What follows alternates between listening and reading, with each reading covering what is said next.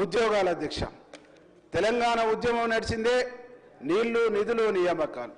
గడిచిన ప్రభుత్వంలో ఉద్యోగ నోటిఫికేషన్లు వాళ్ళే వేయటం, వాళ్ళే ఇంకోటితో కోర్టులో కేసులు వేపించడం అధ్యక్ష. గ్రూప్ 1 అట్లే అయింది, డిఎస్సి అట్లే అయింది, గ్రూప్ 2 కూడా అట్లే అయింది అధ్యక్ష.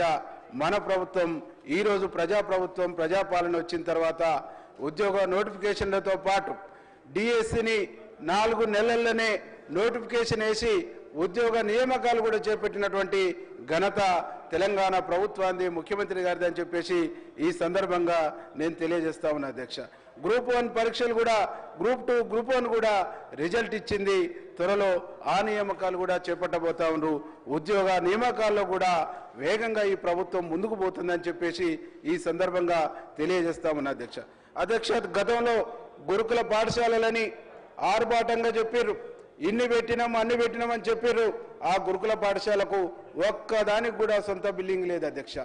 ఒక్క బిల్డింగ్ కూడా కాంపౌండ్ వాల్స్ లేవు అధ్యక్ష.